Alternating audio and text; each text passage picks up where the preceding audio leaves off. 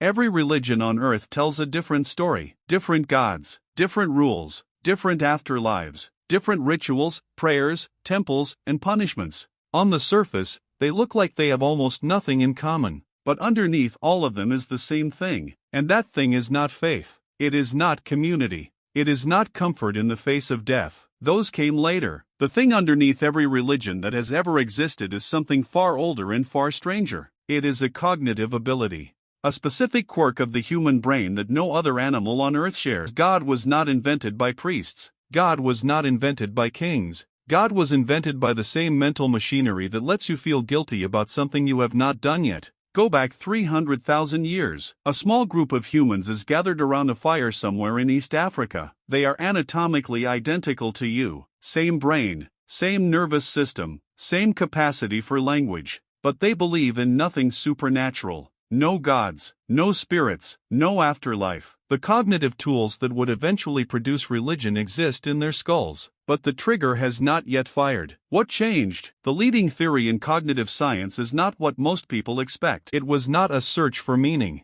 It was not fear of death. It was something much more mundane and much more powerful. It was the ability to think about other minds. Psychologists call it theory of mind. The capacity to model what another person is thinking, feeling, wanting, and intending. To hold a mental simulation of someone else's inner world running alongside your own. You do it constantly without noticing. When you wonder if your friend is angry with you, when you try to predict what your boss will say, when you watch a film and feel something because of what a fictional character is experiencing. No other animal does this at human scale. Chimpanzees show early traces of it, but the full recursive depth of human theory of mind, the ability to think about what someone thinks about what someone else thinks, is unique to us. And here is what cognitive scientists discovered. The same mental machinery that models other human minds can also model minds that are not human at all. The anthropologist Pascal Boyer spent decades studying how religious concepts form across cultures. What he found was striking.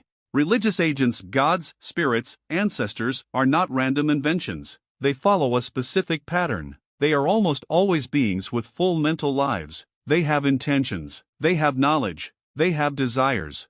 They notice what you do. They care about what you do. They remember what you did.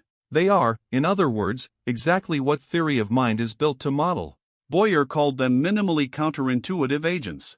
They violate exactly one or two basic expectations. They are invisible, or they cannot die, or they know everything, but in every other way they behave exactly like a person.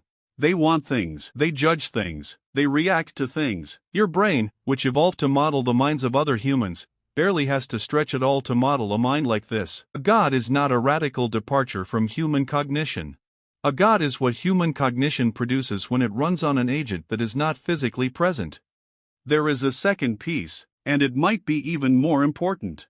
Somewhere around 70,000 years ago, something happened in the archaeological record that researchers call the cognitive revolution. Symbolic behavior explodes. Cave paintings, beads, burial sites with grave goods, evidence of ritual, all at roughly the same moment across multiple populations. What changed is that humans started treating the dead as if they still had minds. Burial with grave goods, tools, food, pigment only makes sense if the person doing the burying believes the dead person will still need things, will still want things, will still be capable of experience. The buried person has left the physical world.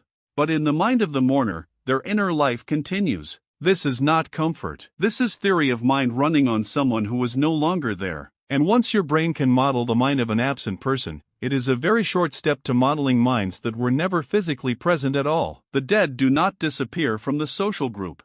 They become the first supernatural agents, the first invisible beings with intentions and knowledge and the ability to affect the living. Every ancestor cult, every ghost story, every prayer directed at someone who has died traces back to the same cognitive moment, the moment a grieving human refused to let a mind go dark. The third piece is agency detection. And this is where it gets strange. Your brain is wired to detect agents, things with minds and intentions, in the environment. And it is wired to err on the side of overdetection rather than underdetection. The cost of missing a predator is death. The cost of mistaking a rustling bush for a predator is a brief fright. Evolution ruthlessly selects for the brain that sees agents everywhere. Researchers call this the hyperactive agency detection device. It is why humans see faces in clouds, intention in weather, purpose in natural disasters. A flood is not just water, it is a punishment. A drought is not just an absence of rain, it is a message. The world, to a brain built this way, is not a collection of mindless forces. It is populated by agents. Things that want, things that act, things that can be negotiated with. And the moment you have a world full of invisible agents with intentions, you have the basic architecture of every religion that has ever existed. The social peace locked it in. Ara Norenzayan at the University of British Columbia spent years studying what he calls big gods. Gods that are not just present but morally watchful. Gods that care specifically about whether you are cooperating, sharing, keeping your promises, treating strangers fairly. His argument is precise. Small-scale societies, bands of 30 or 40 people, do not need moralizing gods. Everyone knows everyone. Reputation does the work. You cooperate because you will see these people again tomorrow. Defection is immediately visible and immediately punished. But as society scaled up, that enforcement mechanism broke down. Strangers interacting with strangers. Nobody watching. Nobody keeping track. A God who sees everything solves this problem completely. If you believe that an all-knowing agent is watching and judging your behavior at all times, you behave differently when no one else is around.